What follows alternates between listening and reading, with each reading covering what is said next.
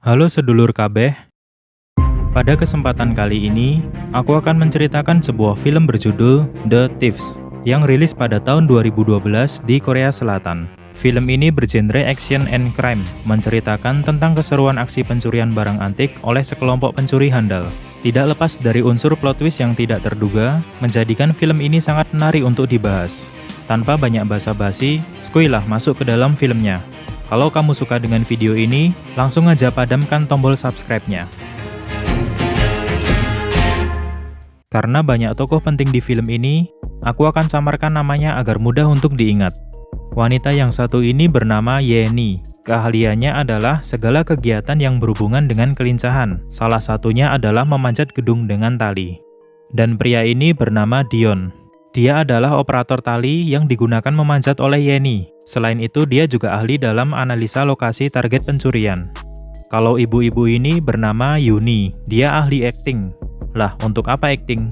Tujuannya adalah untuk pengecoh agar para korbannya tidak curiga dan memperkecil resiko rekan timnya saat mencuri. Lanjut ke om-om satu ini yang bernama Bondan. Dia adalah ketua dari kelompok pencuri ini, yang kita sebut saja Matkor, alias maling dari Korea. Dia ini sebagai perencana aksi pencurian, dan dia juga ahli dalam membobol berangkas. Terakhir, seorang tante muda bernama Siti. Siti ini dulunya adalah partner Bondan dalam aksi pencurian. Tetapi sayang sekali dia sempat tersandung kasus yang menyebabkan dirinya dipenjara. Sekarang dia sudah bebas dan kembali lagi dalam dunia permalingan. Kalau soal keahliannya, sama seperti Bondan, yaitu membobol berangkas, tetapi dia lebih expert lagi. Lanjut ke dalam aksi pencurian, mereka mendapatkan sebuah proyek besar yaitu mencuri sebuah barang antik bernama Air Mata Matahari dari seorang bos kasino bernama Tiffany. Nah, yang menarik di sini adalah aksi pencuriannya dilakukan di sebuah kasino milik Tiffany di Hong Kong. Dan mereka juga bekerja sama dengan kelompok maling dari Hong Kong yang kita sebut saja Matkong. Jadi ini adalah kolaborasi maling dari dua negara. Mereka diantaranya adalah Aceng, Tongfang, Afui, dan Lingling. Di sini aku tidak akan menjelaskan detail seperti pengenalan tokoh pertama tadi, agar tidak kepanjangan. Intinya keahlian mereka adalah maling. Suatu saat mereka berkumpul di sebuah warung ciu untuk membahas pencurian ini. Orang yang mengumpulkan mereka sekaligus memimpin mereka adalah seseorang bernama Ma Chao. Intinya di sini Ma Chao meyakinkan mereka bahwa pencurian ini akan memberikan keuntungan yang sangat besar. Dan soal bagaimana menjual barang curian tersebut tidak perlu dikhawatirkan, karena dia memiliki banyak relasi penadah dari berbagai negara, dan dia akan menjualnya kepada seorang bos mafia bernama Ahong. Tetapi saat pertemuan, tampak Bondan tidak suka bekerja sama dengan Ma Chao, dan Ma Chao juga tidak suka dengan keberadaan Tante Siti di situ. Sampai-sampai mereka beradu pendapat dan terjadilah perkelahian. Di balik rencana pencurian ini, seperti ada sesuatu yang aneh di antara Ma Chao, Bondan, dan Siti. Apakah itu? Nanti kita akan ketahui bersama. Setelah itu, Ma Chao mempertemukan mereka dengan seorang tante-tante yang ternyata adalah saudara tiri dari Tiffany. Tampaknya dia kenal dekat dengan Ma Chao, sampai mau memberikan informasi yang dibutuhkan untuk mencuri barang antik milik Tiffany. Beberapa info penting itu adalah berlian air mata matahari berada pada kamar Tiffany di lantai 30. Ada dua berangkas di kamar tersebut, tetapi tidak diketahui secara pasti berlian itu ada di berangkas yang mana. Yang membuat aksi ini sulit dilakukan adalah karena di setiap sudut lantai 30 terdapat kamera termal yang selalu diawasi. Selain itu, pintu diamankan dengan medan magnet dari dalam. Dan itu hanya bisa dibuka oleh Tiffany, karena Tiffany pernah melakukan operasi jantung, dan jantungnya dipasang alat pacu yang tersinkronisasi dengan sistem keamanan. Kita akan flashback sebentar tentang Bondan, Tante Siti, dan Ma Chao yang tadi sempat kita singgung. Jadi ternyata tidak hanya Siti dan Bondan yang dulu menjadi partner maling, melainkan ada juga Ma Chao. Di sini tampak Ma Chao dan Siti saling jatuh cinta, bahkan sempat-sempatnya mereka nananina saat sedang mencuri setumpuk batangan emas. Tetapi naas, setelah itu Ma Chao terjatuh saat akan dinaikkan menggunakan tali oleh Bondan. Pada awalnya mereka panik, tetapi semua itu berubah menjadi kekesalan. Karena setelah peristiwa itu, Ma Chao menghilang dan tidak pernah menghubungi mereka kembali. Padahal, Macao lah yang membawa tumpukan emas hasil curian tadi, dan mereka beranggapan bahwa Macao sudah memanfaatkan mereka untuk kepentingan pribadi. Terjawab sudah apa yang terjadi di antara mereka. Setelah kejadian di masa lalu itu, hubungan Bondan dan Siti semakin dekat. Bahkan mereka juga berniatan mengkhianati Macao dan yang lainnya. Jadi mereka memesan sebuah replika berlian air mata matahari untuk nantinya ditukar dengan yang asli setelah berhasil dicuri. Tetapi rencana mereka ini terdengar oleh Yeni yang diam-diam menguping pembicaraan mereka. Oke, langsung aja kita masuk ke dalam perencanaan aksi pencuriannya. Pertama-tama yang dibutuhkan adalah tata letak lantai dan rute patroli staf. Ini jelas diserahkan kepada Dion. Yeni seperti biasa, dia akan melakukan panjat-memanjat dan dia bertugas untuk membuka pintu kamar Tiffany. Dongfang dan Yuni akan berjudi dengan Tiffany. Tidak lain adalah untuk mengalihkan perhatiannya agar dia tidak kembali ke kamarnya saat aksi pencurian sedang dilakukan. Afui dan Aceng bertugas untuk mengurus sistem keamanan di gedung, tetapi mereka membutuhkan senjata, dan ternyata itu sudah diurus oleh Macao. Macao telah bekerja sama dengan seorang pelayan untuk menyeludupkan senjata ke dalam kasino. Sedangkan Bondan, Siti, dan Lingling nantinya akan membobol berangkas di kamar Tiffany. Dan sebelum itu, mereka harus banyak berlatih membobol berangkas. Di sini tampak Lingling sangat ahli dalam membobol berangkas. Dan tanpa disangka-sangka, ternyata dia adalah seorang polisi. Saat ini dia hanya menyamar sebagai pencuri. Dan dia mempunyai tugas untuk menangkap Macao serta bos mafia bernama Ahong. Tetapi di samping itu semua, sebenarnya kelompok Matkor dan Matkong tidak percaya dengan proyek besar dari Macao ini. Mereka beranggapan bahwa proyek ini akan gagal, dan kelompok Matkong yang diketuai oleh Dongfang memutuskan untuk mencuri uang Tiffany saja. Begitu pula dengan Siti dan Bondan. Mereka akan berkhianat, seperti rencana semula mereka, membeli sebuah replika air mata matahari untuk nantinya ditukar dengan yang asli. Langsung saja kita masuk ke adegan pencuriannya. Dimulai dengan Yeni yang memanjat gedung untuk masuk ke kamar Tiffany melalui jendela. Dan tentunya Dion menjadi operator tali tersebut. Yuni dan Dongfang menyibukkan Tiffany dengan berjudi.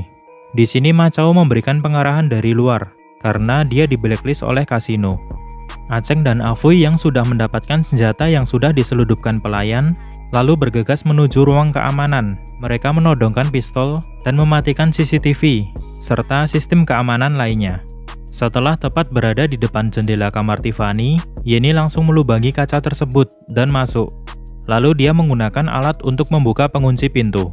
Kalau dari luar, memang hanya Tiffany yang bisa membukanya. Tetapi kalau dari dalam, ada cara untuk mengakalinya, yaitu dengan alat ini.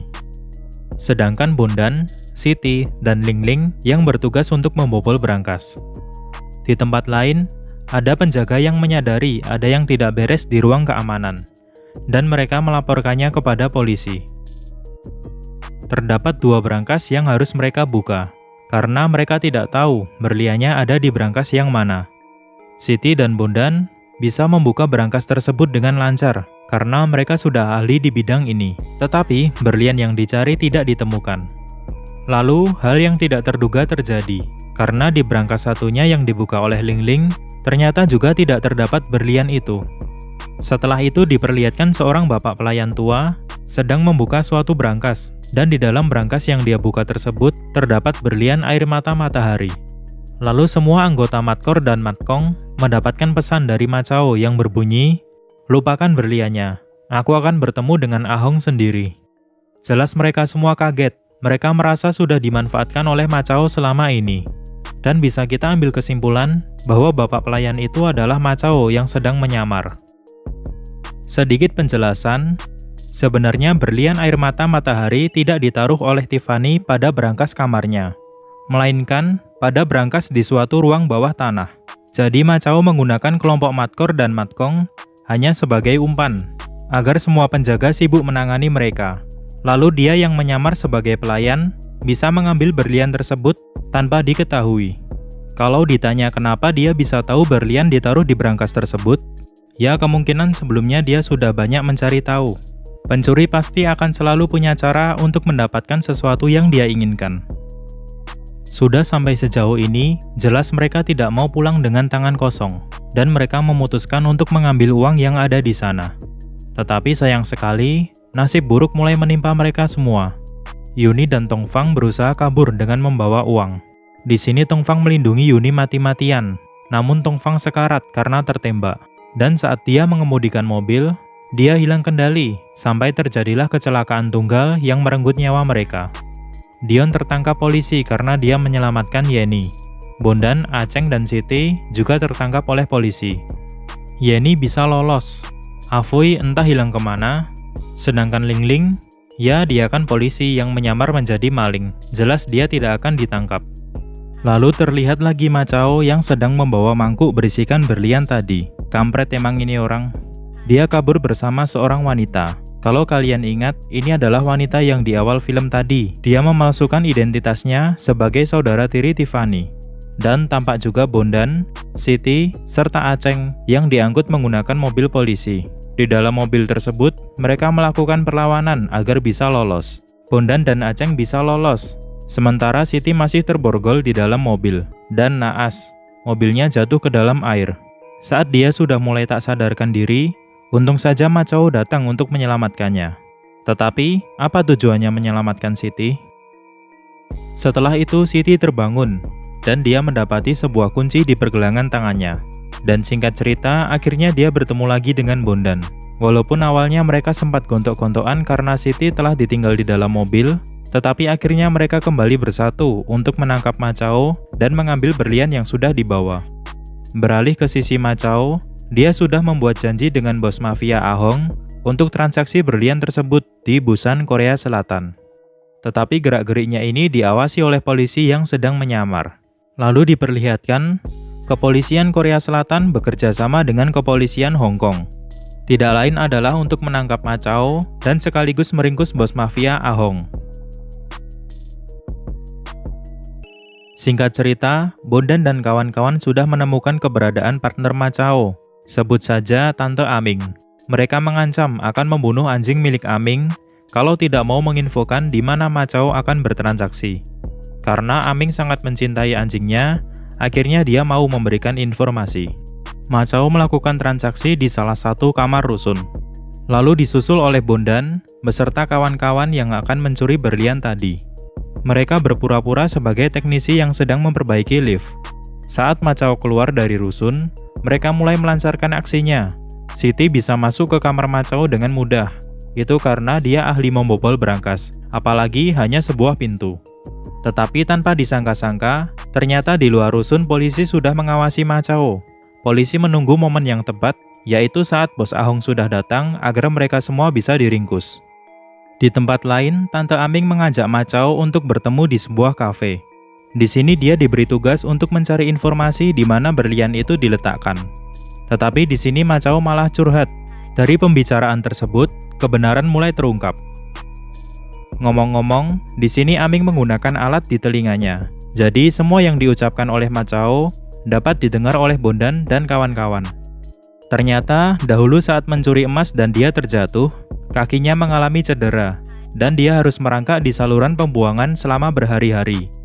Tetapi saat dia berhasil pulang, dia melihat Siti dan Bondan sedang nananina. Melihat hal itu, Macao menjadi baper dan dia merasa sudah dihianati. Itulah mengapa dirinya memilih membawa kabur saja emas tersebut. Macao juga berkata bahwa tali kawat itu adalah pekerjaan Bondan, dan peristiwa yang membuatnya terjatuh itu pasti juga ulah Bondan. Mendengar hal itu, Siti kaget dan langsung menanyakannya kepada Bondan. Apakah benar dia memotong tali kawat tersebut? Bondan tidak bisa menjawab dengan tegas, dan Siti yakin bahwa itu adalah ulahnya. Setelah itu, terlihat adegan flashback, di mana Bondan memotong tali yang akan digunakan oleh Macao. Berarti benar, Bondan adalah pelakunya. Akhirnya Siti ngambek dan membatalkan rencana untuk mengambil berlian tersebut. Padahal di dalam ruangan dia sudah menemukannya. Dan apesnya lagi, aksi nguping pembicaraan ini diketahui oleh Macao.